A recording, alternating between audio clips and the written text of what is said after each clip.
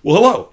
Today I'd like to do a book review of a book that takes place fairly locally. It's a biography of a person who ran the newspaper in a nearby town for about 30 years. And that doesn't sound very interesting until you read the book. The book is called Hattie. She Was Wired Differently. It's by Lois Reimers. Lois Reimers, I'm not good at these family relationships, but is the great niece of the subject of this book. So, what makes this different? Well, we'll just jump to the punchline right away. I want you to imagine it's anywhere between, what was it, 1916 to 1946, because that's when this person ran the newspaper. Having a transgender person as the editor of the local newspaper. Yeah, so that happened, and this is the story of that person. So to get into it, so imagine a rural town in North Dakota, kind of between and well, okay, I guess it includes the two world wars. I wrote between, but two world wars were included. The newspaper editor was known as Cappy Fuller, full name Arthur. But went by Cappy with most of his friends. But Cappy was born as Hattie Fuller. Hattie Fuller, who's on the cover of the book. And became a valued member of the community of Rhame, North Dakota, as a man who was married to Inez. So how did that happen? That's what I wondered when I first heard this story. So full disclosure, Rhame is a city of about around 150 people. It's located 10 miles over that way to the west. It's nestled among these reddish buttes. They're covered with scoria. And it's, well, okay, for a North Dakota town, it's pretty hilly. And I know the town. I haven't met anybody who remembers Cappy specifically, but then again, Cappy died in 1946, so there may be a reason for that. There's some of the things in this book I think are details filled in by the author, because I don't know how she would have known them, but a lot of it is because this is family. So her grandmother, the author's grandmother, was Nellie Fuller, and that would be Hattie's oldest sister. And she was asked to write her grandmother's story about growing up in Chamberlain, South Dakota, and on the reservations among the Sioux. Hattie was born in 1876, and if you know history, then you know that I'm kind of looking at doing a research project this summer related to this whole deal about the Indian Wars. So this fits in right around that time. The book was written in the first person, which I found was an interesting choice. And one of the questions that the author addresses right away is, how would Cappy have felt about having this story told? Cappy went to great lengths to keep it a secret. Well, she addresses this, and she just says it's an important story, first of all, to humanize somebody who is transgender, but also to show how incredibly accepting a lot of people were, even back at this time. I mean, we still struggle to find people who are accepting of it, but back then it was just that much more of a struggle. So that's just very interesting. So a big chunk of the book, and I think this is because of her work for her grandmother, explores the childhood in South Dakota, in Chamberlain, South Dakota, which, by the way, if you ever go through South Dakota, gorgeous setting. I've never actually gone into the town, but gorgeous setting right on the banks of the Missouri River. Just gorgeous. You're going through prairie. What? And then more prairie after that, until you get to the Black Hills. So it's a beautiful town. At least from the interstate, it looks beautiful. Nice visitor center there, too, with a big longboat in it, worth visiting. But I'm off the subject. So I think a lot of that came from writing her grandmother's story. The book, though, gives kind of a preview at the beginning of Cappy dying in 1946. Surprise, that's how the book ends. Cappy dies. in hospital in Baker, Montana, and remembering back to how he started as Alfred in 1903, and then they then starts looking back further.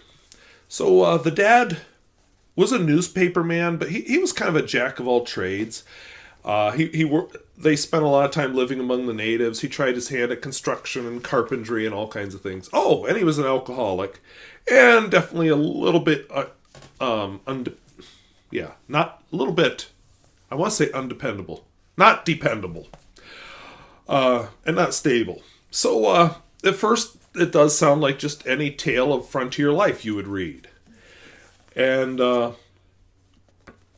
about halfway through, that's when the transgender topic begins to come into the story. In 1903, Cappy moved, still as Hattie, moved to Chicago to try a new life away from the prairie.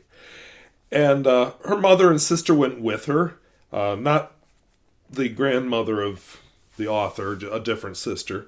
But anyway, they get to Chicago, and you know, Hattie moved all of her diaries and books. So I'm wondering if there may have been some diaries also available. But she stays in Chicago, and one of the things she was amazed by was how open-minded people were there. And this is also where she met Inez, and this is where she first learned about Susan B. Anthony, and started to think, well, why don't women get to do the things men do? Why can't we vote? You know, why do we have such more limited options? And Hattie's mother died that fall. But with Inez, she explored the transgender scene in Chicago. And I think felt more comfortable there. And we knew a lot less about it. I think it must have been scary for Hattie to be, you know, what's going on with me? You know, that kind of thing. But felt right with it, living as a man, living as Arthur, and going by Cappy as the nickname. Worked a little bit for a paper there, but eventually her father bought a paper in Reeder, North Dakota, which is, I don't know, 20 miles, maybe more than 20 miles, maybe 25 miles that way. It doesn't have a paper anymore. Neither does Rhame. But so Hattie, now living as Arthur, Cappy, found a job at the Adams County Record in Hettinger, North Dakota, which is near Reeder, and, by the way, which still exists. You can subscribe to it if you want to. And that spring, Inez and Cappy decided to buy the Rhame newspaper. Inez found this whole living in a small town really stifling, very closed-minded people, is how it's described in the book. The father was very supportive, and during this time, by the way, bought the paper in 1916, the 19th Amendment passed, so finally women could vote. And they also began, you know, their brother and I think a sister farmed somewhere around here. So they had family in the area, and they were able to take care of nieces and nephews. And Inez discovered that she really wanted children, but kind of difficult unless there was an adoption. But Cappy Fuller, by this time, was starting to have heart trouble, and he's just like, maybe not such a good idea, because I don't know what's going to happen with me. And Cappy actually managed to find a doctor in Baker, Montana, who was very understanding. That's the doctor who treated him during his death, and I found it touching that the death certificate filled out by that doctor gives Cappy's gender as male. And there's a photograph of it in the back of, that's not the page. There's a photograph of it in the back of the book. And yeah, a lot of photographs and newspaper clippings in here to give you some more detail. Pictures of, there's one picture of Inez, there's a picture of Inez and Cappy. Cappy with family, all as a man. Also, earlier in life when he was still living as Hattie. But anyway, sometime in the late 20s, early 30s, there were two girls that were orphaned.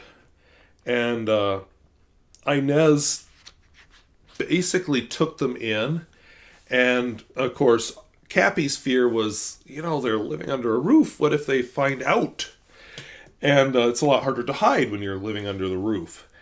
But they lost out on the adoption. Some family wanted the girls. So after they lost the girls, Inez, I've got the date here, December 13th, 1930. Inez left for good, and Cappy never heard from her again. Cappy continued until 1946, although spent some time away just due to the heart trouble. And then, of course, died. A rancher friend took him to the hospital in Baker. Back then it would have been by train. And this farmer friend didn't even know that Cappy had been born female. What I like about this book is it really humanizes a complicated person. And really brings out some of the psychology of somebody who is born in the wrong gender. It's also a good look at what the Dakotas were at that time. And I think it's a real exploration of a minority population written from a time, I mean, the book is newer, but it looks back at a time when they're definitely, we may not have as much tolerance as we should right now, but back then there was definitely a lot less tolerance. And I just found it very readable. And I think there was still some question back then. At the time this was written, I was just going to look up the copyright date here. Copyright 2011. Maybe a little question in the author's mind about what to do with pronouns, which, that's fine. But I just, here's a photograph. Of course, you can't see it, but I don't want to break copyright, which is why I'm not giving you a closer look at this book. But, here's a photograph that has Cappy Fuller with family at a family reunion as a man. Totally accepted by okay. Accepted enough. And the father was actually very supportive. It mentions him several times. And then here is Cappy while he was still Hattie at age 26. And there's Cappy and Inez. So, all in all, very interesting book. And I think I would have found it interesting even if it weren't for the Rhame connection. The way I found this out, 2 years ago I did a video about Rhame. And I just thought, they do these gala days every year, which is, their big citywide celebration. They race turtles and, have a rodeo and do whatever you do in a small town. So I went over for that, and because I thought it'd be a fun day to make a video about Rhame. And it was, but when I came home, I started researching Rhame because I wanted to get a few facts about when it was founded and stuff. And oh no, I went off in a totally different direction. I think I totally forgot to even put that basic information in there because I stumbled on a reference to this Hattie Fuller, later known as Cappy Fuller, and I have to know more.